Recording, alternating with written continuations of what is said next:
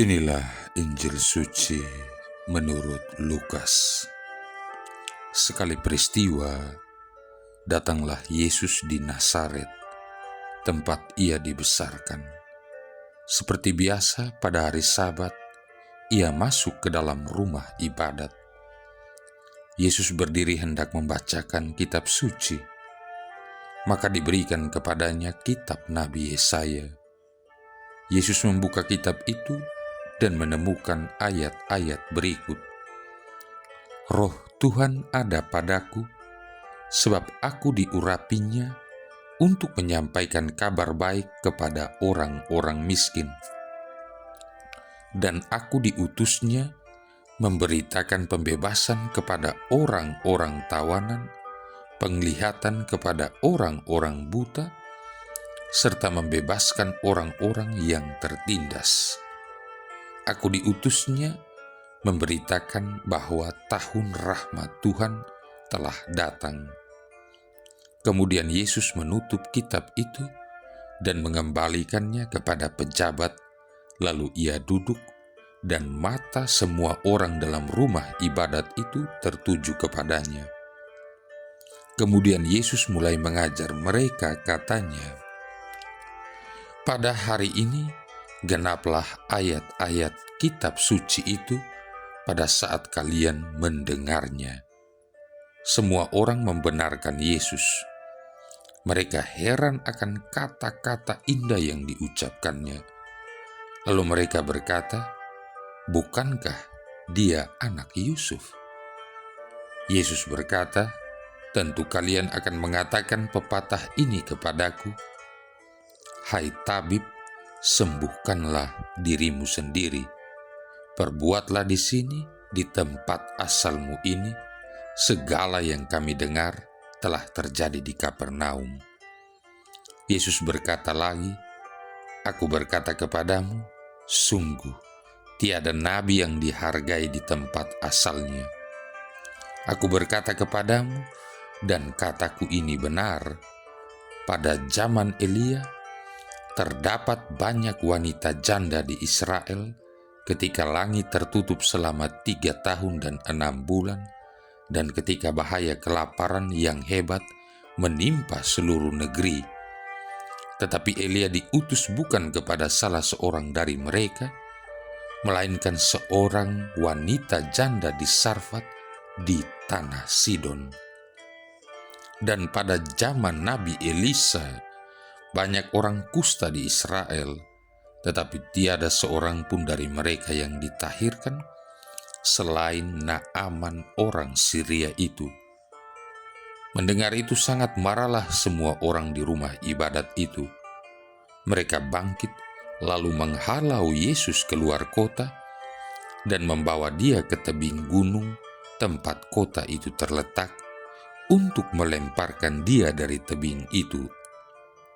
Tetapi Yesus berjalan lewat tengah-tengah mereka lalu pergi. Demikianlah sabda Tuhan. Saudara-saudari yang terkasih, membaca kitab suci bukan dan tidak sekedar membunyi lafalkan kata-kata yang tertulis di dalamnya. Membaca kitab suci juga tidak perlu diwarnai rasa curiga dan keinginan tahu berlebihan. Berpikir visual bisa saja. Kurang percaya ada kalanya.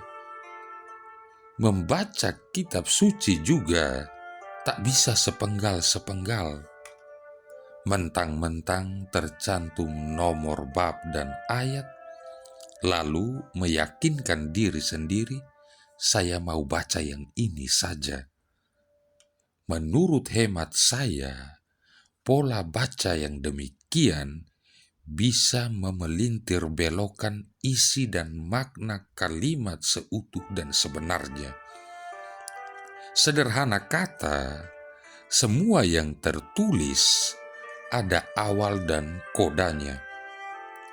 Demikian dengan Lukas bab 4 ayat 21-31, merupakan bagian integral dari bab 4. Bahkan, untuk menangkap makna isi Injil Lukas, kita masih harus melihat yungtis ayat lain dari kitab lain. Jika bab ayat dalam renungan hanya menyebut nomor, itu ajakan kepada para pembaca agar membaca kembali kitab suci. Jadi sangat lucu jika renungan hanya berisi kutipan-kutipan ayat melulu. Sangat memalukan.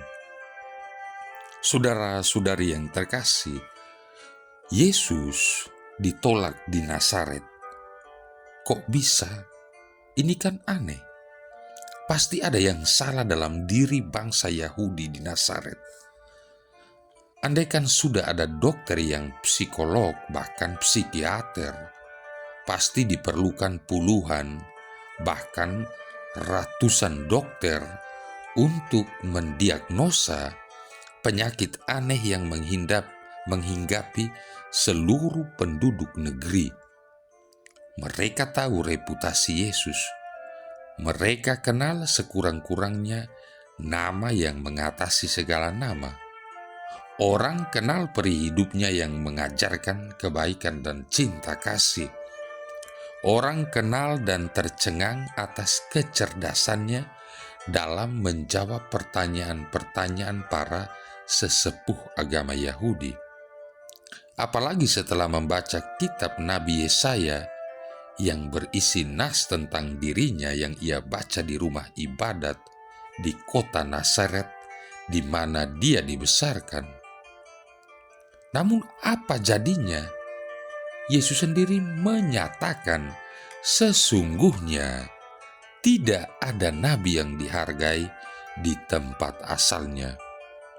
Sebenarnya Yesus sudah paham. Dia siap untuk hal yang paling buruk. Prepare for the worst, kata orang saat ini. Namun bukan itu masalahnya. Yang perlu dicermati adalah diagnosis bagaimana orang Nazaret menolak Yesus setelah Yesus mengatakan seperti yang tertuang dalam ayat 25-27. Saudara-saudari yang terkasih, ternyata ada sikap dan sifat tak terpuji di antara orang Yahudi. Diagnosis menyatakan bahwa karena kesombongan, mereka cepat kagum terpukau terhadap kehebatan orang asing. Namun, mereka menolak dengan sengit apabila ada salah seorang dari mereka sendiri tampil menjadi sesuatu. Markus bab 6 ayat 1. Sikap dan sifat yang kadang masih melekat dalam diri umat, walau tidak semua sepakat. Selain itu, mereka tidak mufakat bila berkat Allah dibagikan kepada orang lain selain kepada bangsanya sendiri.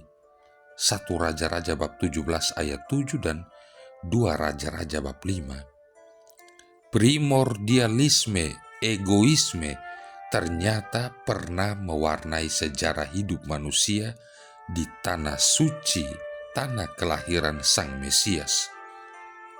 Meskipun kisah ini telah berlalu sekian abad yang lalu, apa yang tersurat dan tersirat dalam ayat di sementara kitab layak dan pantas dicermati sebagai sistem pemberitahuan dini, early warning system, agar kita tidak berperilaku seperti itu. Namun itu hanya akan terjadi manakala sering mencermati, membaca kitab suci dengan iman Kristiani yang mantap, merenungkan dalam-dalam sepenuh hati, serta melaksanakannya dalam perbuatan hidup sehari-hari. Marilah berdoa. Allah Bapa kami sumber kehidupan, Engkaulah Allah orang-orang hidup yang membangkitkan Yesus hamba-Mu dari alam maut. Kami mohon iman bahwa segalanya dapat berubah.